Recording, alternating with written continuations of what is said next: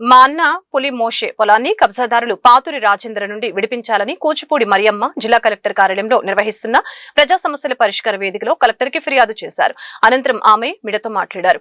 మా కుటుంబంలో రెండో వాడైన పులి మోషే అన్నయ్యకు మందడం గ్రామలంకలో సర్వే నంబర్ 593/3లో 1 ఎకరం 1 సెంటు భూమి కలదని చెప్పారు. మా అన్నయ్యకు పిల్లలు లేరు. మా అన్నయ్య మోషే 2001 సంవత్సరంలో మరణించడం జరిగింది.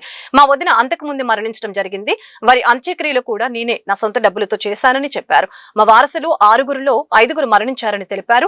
బతికున్నంత కాలం మా అన్న బాగోగులు నేనే చూసేదాన్ని.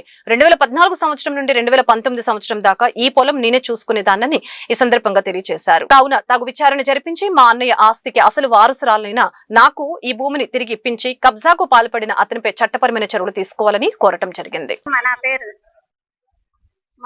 మా తల్లిదండ్రులకి 6గురు మేము మందడం అయితే 6గురిలో 5గురు చనిపోయారండి. నేను ఒక్కదాన్ని మిగిలే. కానీ ఆ అబ్బాయి పాతూరు రాజేష్ నాకు మాస్తికి అడ్డం పడ్డాడు. మాస్తి నన్ను బెదిరిస్తున్నాడు చంపుతానని. ఏం కాడండి, మా ఇంటి పేరు కూడా కాదు, మేము పులేళ్ళమే. మా ఇంటి పేరు కూడా కాదు, మా అన్నయ్యకి వారసులు లేరు. కానీ నన్ను బెదిరిస్తే హార్ట్ పేషెంట్ అయ్యా ఇప్పుడు బెదిరించడానికి. నాకు కావాలి, న్యాయం చేయండి మీరు. రాజేష్ అండి, పాతూరు రాజేంద్ర పాతూరు.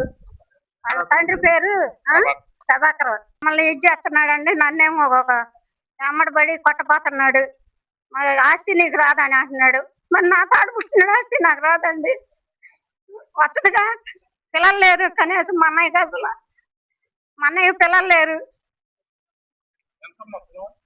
పొలం ఎకరం 10 సెంట్లు లంకలోనండి. ఆలపాల లంకలో ఉంది. అసలు ఏం కాదండి, మా అన్నయ్యకి ఏం కాడు. ఎవరూ లేరండి, అసలు ఎవరూ లేరు. నా తోడబుట్టినాడు. ఎలా తెలుసుకున్నాడో మరి, ఆక్రమించుకున్నాడండి.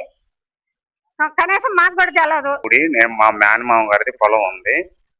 పులి మోషే గారి పొలం, ఎకరం పొలం అండి. ఆయన మా మేనమామ గారికి పిల్లలు లేరు. భార్య భర్త మా మేనమామ గారు భార్య ఇద్దరు చనిపోయారు.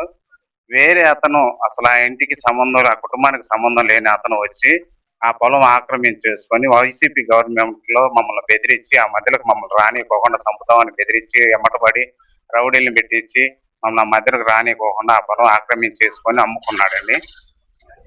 మమ్మల్ని రానిట్లేదు, మాకు న్యాయం జరగాలి. వీళ్ళు 2019లో మాకు సిఆర్డీకి ఇచ్చి రాపించుకున్నారండి. వాళ్ళందరికీ వాళ్ళే రాపించుకున్నారు. ఫేక్ డాక్యుమెంట్లు పెట్టి మొత్తం ఫేక్ చేసి రాపించుకున్నారండి. సీటింగ్ చేసేయడం.